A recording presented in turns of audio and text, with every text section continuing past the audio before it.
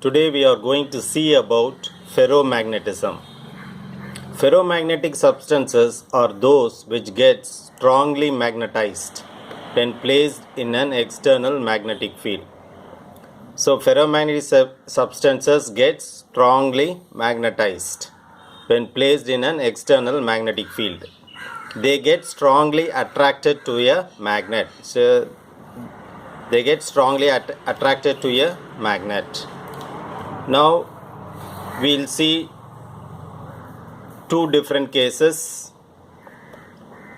The magnetization varies randomly from domain to domain and there is no bulk magnetization. That is, when the magnetic field is not applied, the magnetization is random. So we don't have bulk magnetization. If you see this box, a piece of ferromagnetic material, the magnetization varies randomly from domain to domain. So this is one domain, this is another domain, this is another domain. And there is no bulk magnetization. So in this case, there is no bulk magnetization. That means this is because when we are not applying any magnetic field.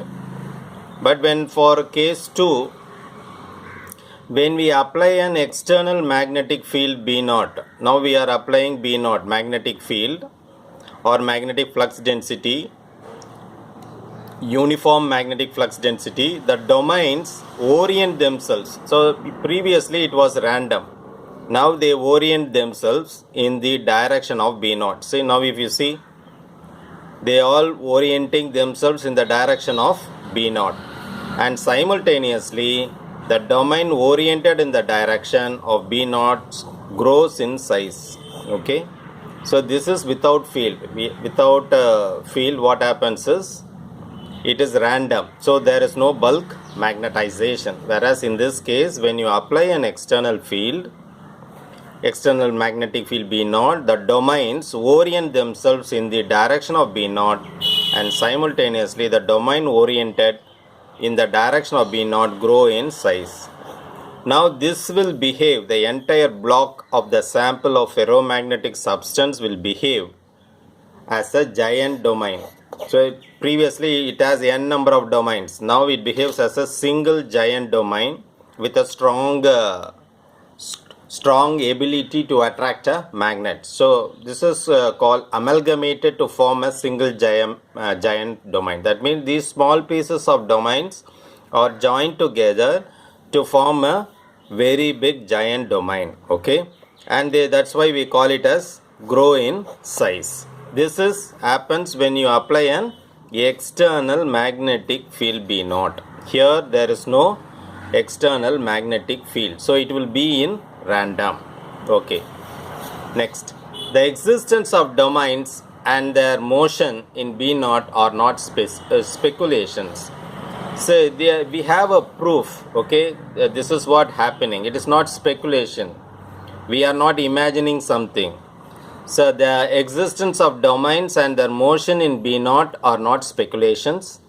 It can be viewed with a microscope. So you can use, with the help of microscope, you can view the domains and the orientation of the domains when magnetic field are applied.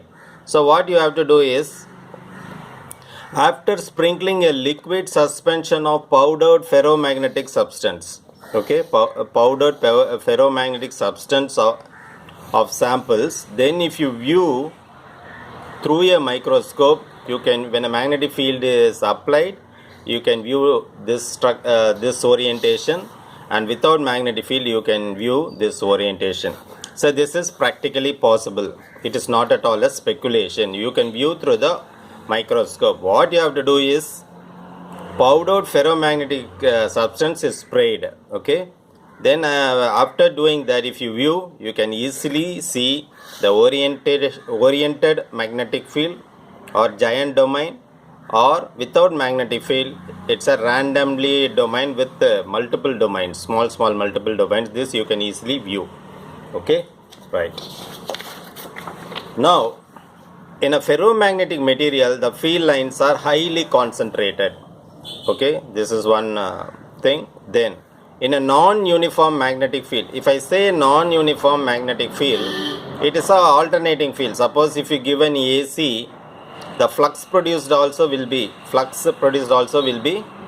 alternating field, and magnetic flux density is also alternating field. That's the meaning. So in a non-uniform magnetic field, the sample tends to move towards the region of high field. So the sample, whatever ferromagnetic substance we are using, it will try to move to the where the magnetic flux density is high. Okay. So 2 points we have to remember. In a ferromagnetic material, the field lines are highly concentrated. In a non-uniform magnetic field, the sample tends to move towards the region of high field. And if I say non-uniform magnetic field, that means the flux is alternating, or it takes different values. That's the meaning. So when you apply an AC, so you will see a alternating flux in a coil. So we can say it is a non-uniform magnetic field. Okay. Then what happens when external field is removed? So you are applying an external field. Now external field was applied to the ferromagnetism. Suppose if you remove that, what happens? Two cases arise. One is hard ferromagnetic materials, other one is soft ferromagnetic materials. Hard ferromagnetic materials retain the magnetism, so it will become a permanent magnet, and you can use it for compass, magnetic compass needle, like that. So the materials used for hard ferromagnetic materials are alnico, aluminum, nickel, cobalt with iron, and copper. In soft ferromagnetic materials, once a magnetic field is removed, magnetization disappears. So this is generally, if you see in radio tuning coils and all, there will be soft, they call it a soft iron core. Radio tuning coils, they will use a soft iron core. So those materials, once the electricity is removed, the magnetization disappears. Okay, but even when the magnetic field is removed, hard ferromagnetic materials will retain magnetism, and it becomes a permanent magnet. Okay. So generally for ferromagnetic materials, relative permeability is greater than 1000. Okay. So it is of a very high value. The relative permeability is greater than 1000 for ferromagnetic materials. Next we have to define Curie temperature. What is Curie temperature? The ferromagnetic property depends on temperature. This is important. The ferromagnetic property depends on temperature. At high enough temperatures, a ferromagnet becomes a paramagnet. That means it will lose its strong magnetic properties. A ferromagnet loses its properties and becomes a paramagnet. So what will happen if it becomes a paramagnet? It will try to repel the magnetic lines of force or magnetic flux density. So this happens after crossing the temperature called Curie temperature. The temperature of transition from ferromagnetic to paramagnetism is called the Curie temperature, Tc. Okay, now we will see the relation. This is susceptibility is equal to Curie's constant divided by T minus Tc. Tc is the Curie temperature and C is the Curie's constant. T greater than Tc. Okay. Okay. Now we will see the Curie temperatures of different materials. For example, cobalt 1394 Kelvin, iron 1043 Kelvin, ferric oxide, which is nothing but Fe2O3 893 Kelvin, nickel 631 Kelvin, gadolinium 317 Kelvin. Now if you look into the graph, so this is Curie temperature. So below the Curie temperature, this the susceptibility is very high, and it will maintain ferromagnetic property. It is a ferromagnetism.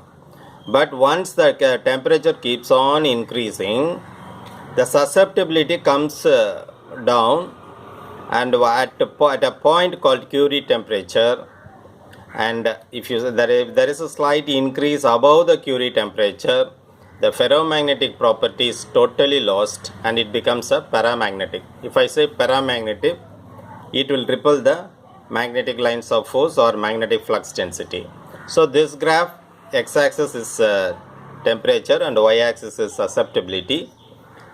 If temperature less than Curie temperature, ferromagnetic property is very strong, and if the temperature is very low, the susceptibility is very high. So we have already seen, for example, for gadolinium, it is 317. This temperature is 317. Below this temperature, 317 Kelvin, it will have the ferromagnetic properties. But once after crossing that 317 Kelvin temperature, it becomes paramagnetic and it loses ferromagnetic properties. Okay, on above this temperature, it will behave like a paramagnetic and will try to repel the magnetic lines of force or magnetic flux density. So that's all about basic understanding of ferromagnetism. Hope you have understood this topic. Thanks for watching. Nandri.